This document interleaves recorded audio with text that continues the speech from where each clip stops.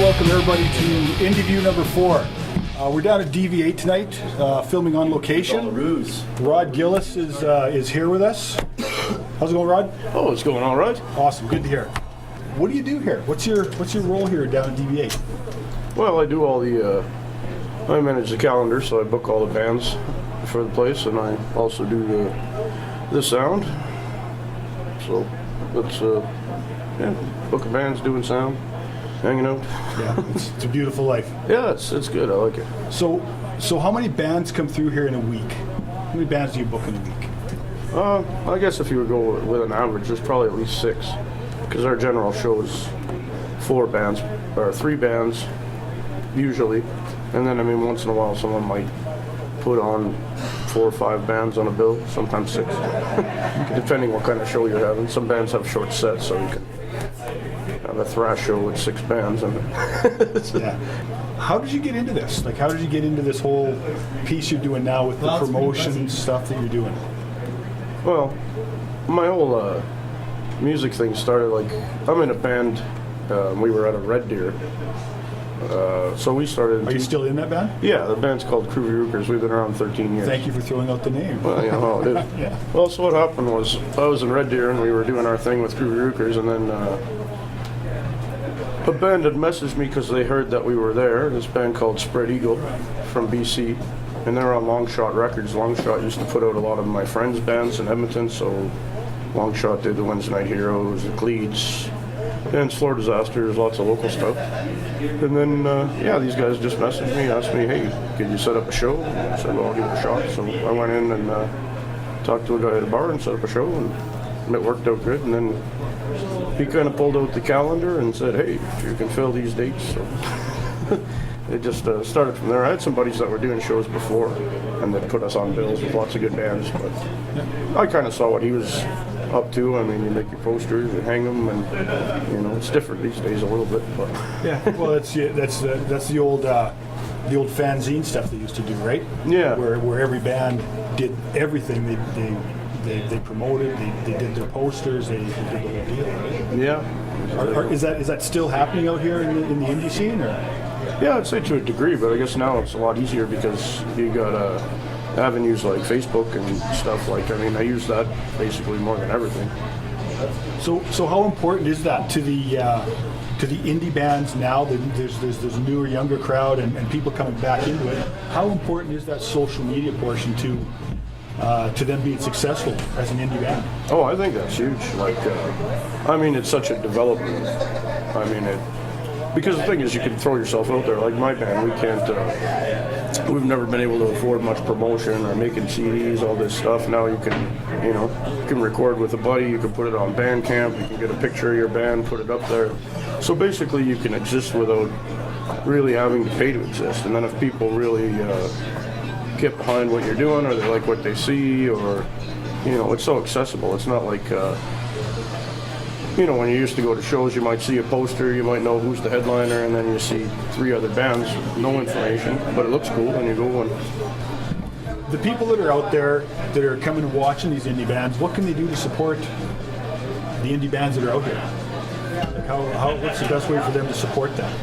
Well, coming out's number 1. Show up, have a good time, grab a beer, maybe buy some merch, maybe spread the word. Like, that's a lot of things that you don't see as much as I'd like to. Like on Facebook, say you put out an event, you don't see too many people really generating too much hype.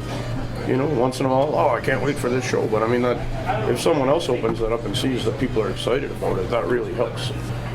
So all you people out there in Videoland, don't just heart us or press like. Put some comments in there, right? Let the people know what you think about these bands that are out there. Nice comments. Absolutely. Nice comments, gritty comments, whatever it is, right? Yeah. I mean, tell people out there what's going on out in the scene. What does indie mean to you? Well, I guess my perspective on it, if you want to take it as an independent band, you look at it as the whole do it yourself, make your own things happen. No one's stopping you from jamming or having a band or doing anything. But I think, like, if you take the indie scene, that's almost I think that's also taken on its own genre almost, where people would hear something and say, oh, that's an indie band. Like, it's hard to really pigeonhole what an indie band would be, but you think back, like, say something like Sloan back in the day, they had that indie sound. I remember Much Music, they used to have Indie Street that play all this type of stuff, but I mean, then you'd also see something like SNFU on there, and they're like, okay, well, that's a punk band, but I guess it's, you'd just maybe call it a band that doesn't have a whole lot of, media support, all that. I don't want to put you in a spot where you have to pick your favorite or you're not your favorite, but out of all the bands that have come through DV8, one or the top 2 or 3 that you think really shone when they were here, past newer bands, whatever that looks like to you. Some of the cool ones we had, like I like, especially older bands. Like we had this band Electric Frankenstein. I mean, these guys have been around for a long time, and I don't know. I just like talking to the guys too. So sometimes I'll remember more stuff about that. But I was talking to the guy that was playing bass for them, and I mean, this is an old, big Frankenstein-looking dude. And of course, I knew they were from the States, so playing a little Stooges, playing a little, Dead Boys, stuff like this, and of course, Ramones. And you get talking to the guy, and he was talking about the old CBGB's days and how many shows he went to, and driving around with these guys. Like, I like that kind of stuff. Excellent band too. I mean, great music. We've had guys like White Cowbell, Oklahoma. Those guys put on a hell of a show.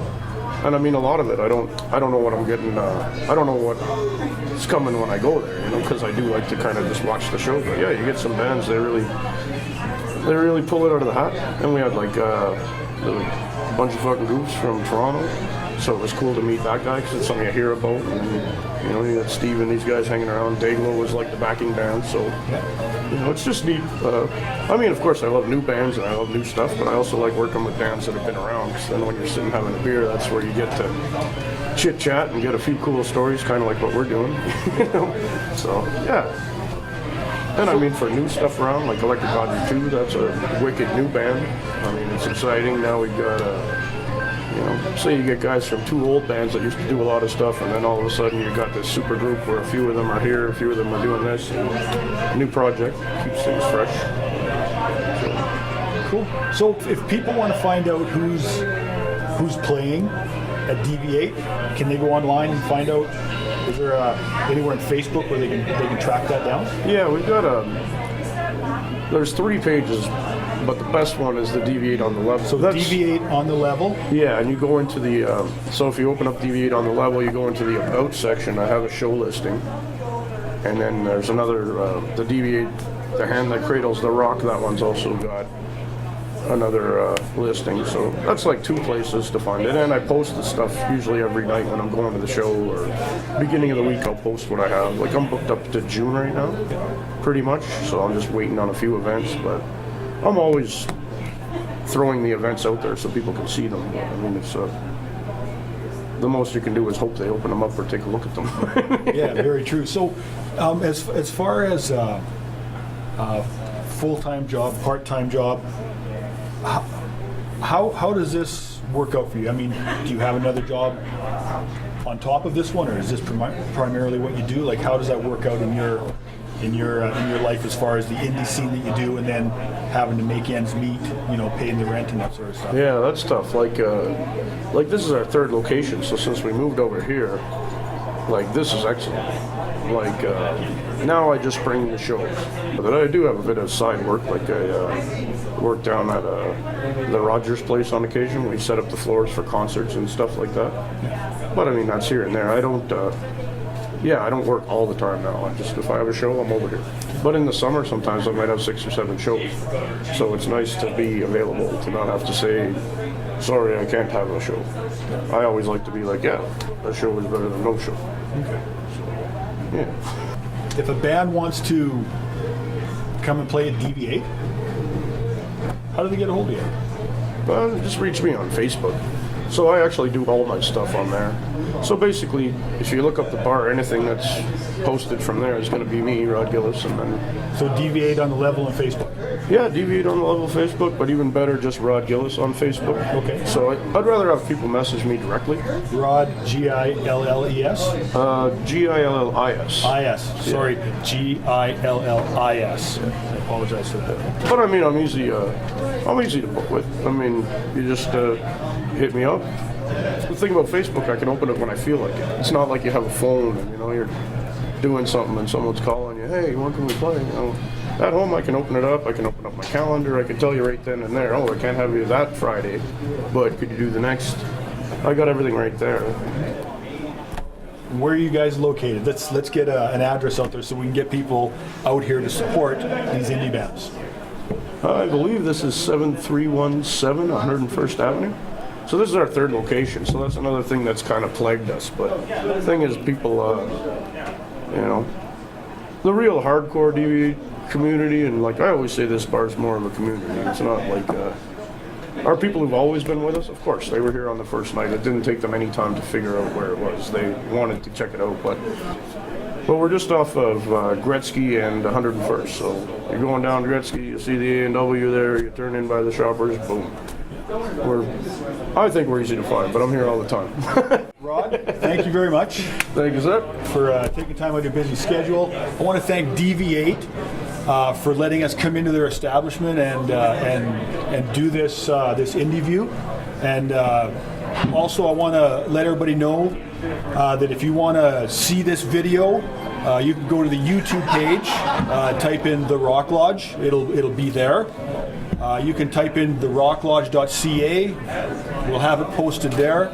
I'm sure that you're going to have it up on your Facebook page, so people can go in and see the interview there. And I had a good time. It's nice to look in and not talk about so much the musician part, but talk a little bit about what the clubs are doing. So like I said, I really appreciate it, Rod. Yes. Thanks a lot.